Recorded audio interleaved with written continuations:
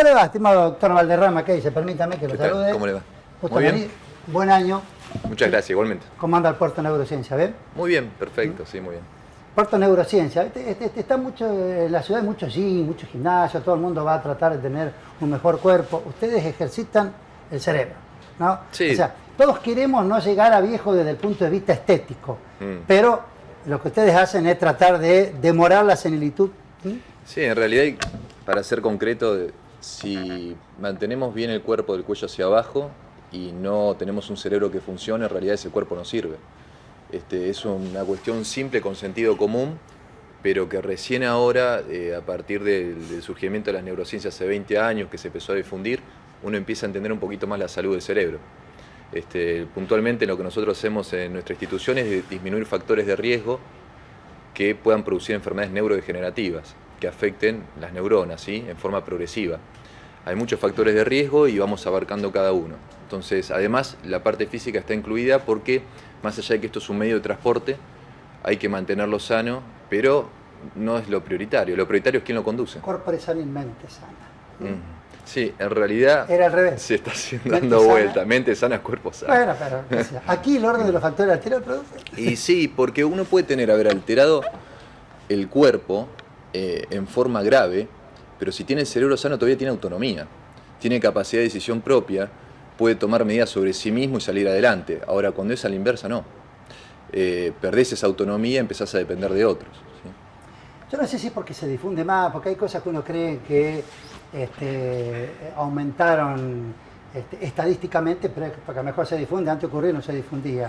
No, ¿hay más gente con problemas cerebrovasculares que antes ahora?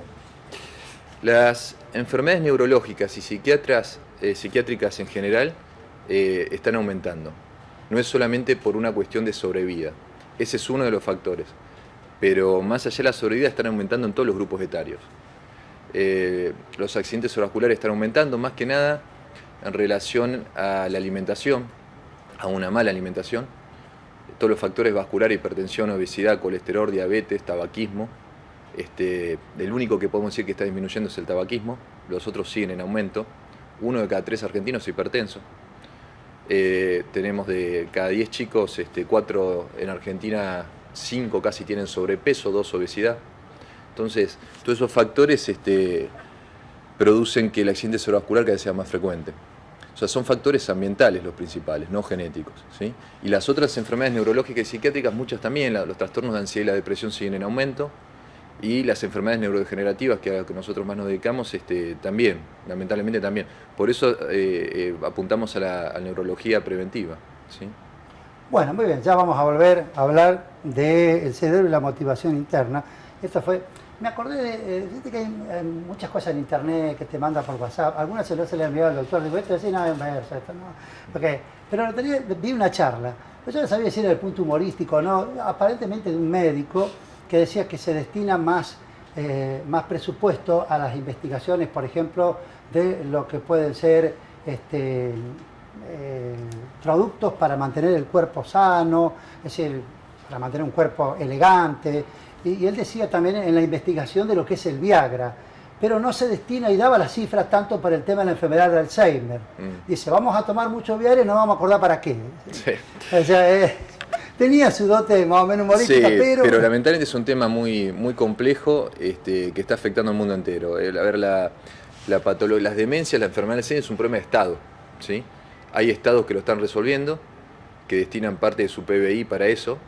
Requiere una infraestructura, una capacitación muy grande, pero a largo plazo, estoy hablando, imagínense que Europa tiene un porcentaje de pacientes con demencias menor que nuestros, porque todos esos factores que yo les comenté, entre esos suman mucho más la diferente educación que uno tiene, el estímulo que tiene el cerebro, qué grados de ansiedad hay. Todos esos factores son factores que predisponen a la enfermedad de Alzheimer. Entonces es un problema de Estado que no solamente tiene que acá ya falta directamente el tratamiento y el cuidado de las personas con Alzheimer, hay una desprotección de la familia, sino que estos países más desarrollados directamente lo están viendo desde el punto de vista ya preventivo. Bien, doctor. El cerebro y la motivación interna, ¿cómo es esto? A ver, para encuadrarlo en el programa, vamos a hacer un ejemplo respecto a la producción. Las tareas que están automatizadas, que el cerebro ya tiene automatizadas, pueden tener una motivación externa y quizás producir más, ¿sí? Si yo tengo a alguien en una fábrica que hace algo repetitivo, incluso se llama, cuando es motor se llaman praxias, funciones motoras automatizadas, frente a un estímulo externo, ya puede ser por ejemplo dinero, la persona puede ser que llegue a producir más, ¿sí? Va a tener un tope, un nivel en donde ya por más que se le pague más, va a generar ansiedad, va a generar problemas de sobrecarga, pero las cuestiones que son más, son distintas, que son creativas, donde uno en la vida tiene que, una cuestión de decir, hay un ambiente que se opone a un objetivo y tiene que buscar distintos caminos alternativos, ahí la estimulación externa ya no sirve tanto, sino la motivación interna. La motivación interna tiene que ver cuando el cerebro se produce, cuando el cerebro busca un propósito, cuando el cerebro tiene autonomía y cuando se da cuenta que aprende, cuando empieza a tener lo que se llama maestría, ¿sí? Y fíjense que muchas veces hay gente que vos decís, ¿cómo esta persona? A ver, yo hablé de esto hace poquito por el Día de la Mujer y daba el ejemplo de las primeras médicas en el mundo. Existe la medicina, escuelas de medicina del siglo V antes de Cristo, con Hipócrates, y recién en 1850 después de Cristo se da 1849, se da el primer título de una médica en Estados Unidos, ¿sí? Que había sido rechazada en 10 universidades. Entonces, ¿cómo hizo esta mujer para, en un ambiente que iba en contra a nivel mundial de poder realizarse, cómo hizo para seguir y cómo hizo para lograrlo? Entonces, generalmente ese tipo de objetivo, las funciones ejecutivas que uno usa y la abstracción, no pueden ser premiadas con estímulos externos, tienen una cuestión interna. Para eso esta mujer tenía un propósito claro, seguramente superaba todo lo económico y lo material y iba más a una cuestión de servicio de salud, a una cuestión más compleja. Ella seguramente se sentía capaz de brindar salud y servicio, ese era su propósito. Fue creando su propia autonomía. 40 años antes de ella, en una facultad de Edimburgo,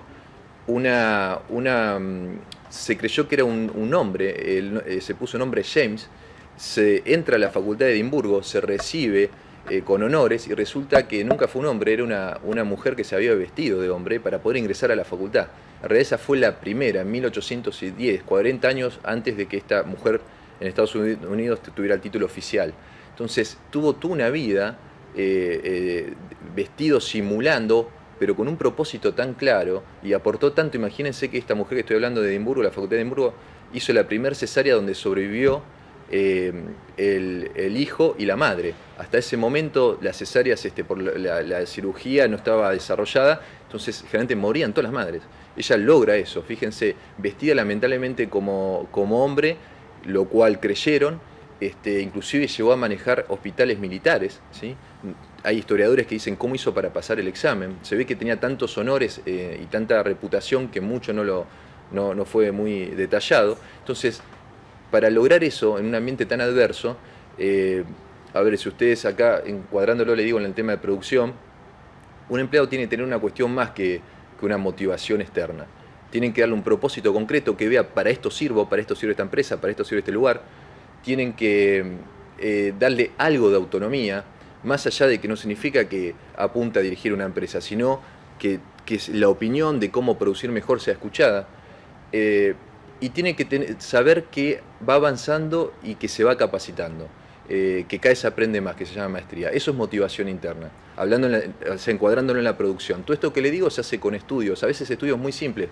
Si yo ahora les pongo a ustedes que tienen que resolver un enigma, ¿sí? Y les doy un tiempo determinado. Supongamos que de este lado hay 3 personas, de este lado hay otras 3. A estas 3 les digo, tienen un tiempo determinado, 3 minutos. Y a los otros no les digo nada, lo resuelve más rápido el que no le digo nada. Porque el tiempo, por ejemplo, para una cuestión creativa es una presión, ¿sí? Generalmente que hace una empresa, tenés 3 minutos para resolver.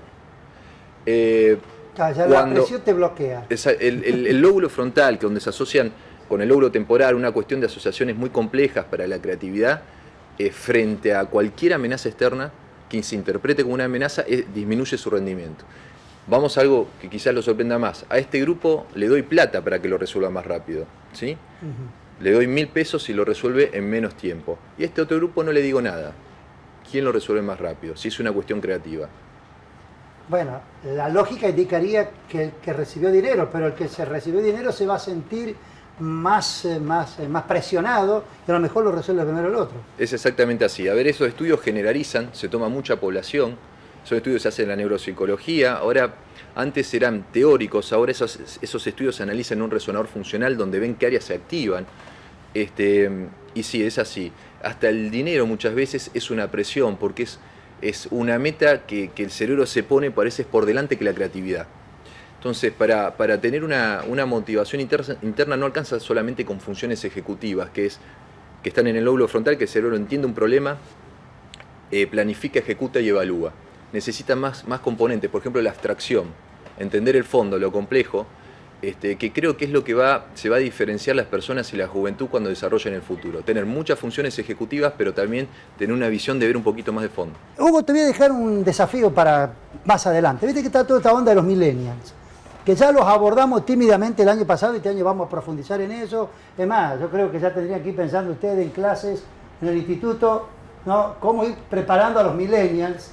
No, sí, es un desafío no de ahora, ya llevamos varios años peleando para entender los millennials y se está trabajando en eso, y trabajar a nivel de docentes. Es un desafío para los docentes tratar los millennials. La educación tradicional ya no va más. Es cierto que la charla tuvimos una conferencia precisamente en ADE, hubo más de 50 personas que personas, presentó el libro, Exactamente. La reevolución de los millennials. No, yo era para saber si ustedes sabían. Pero también vamos a hablar desde el punto de vista mental cómo funcionan los millennials, ¿no? Te dejo el desafío. Gracias, Hugo. No, gracias por la invitación. Bueno.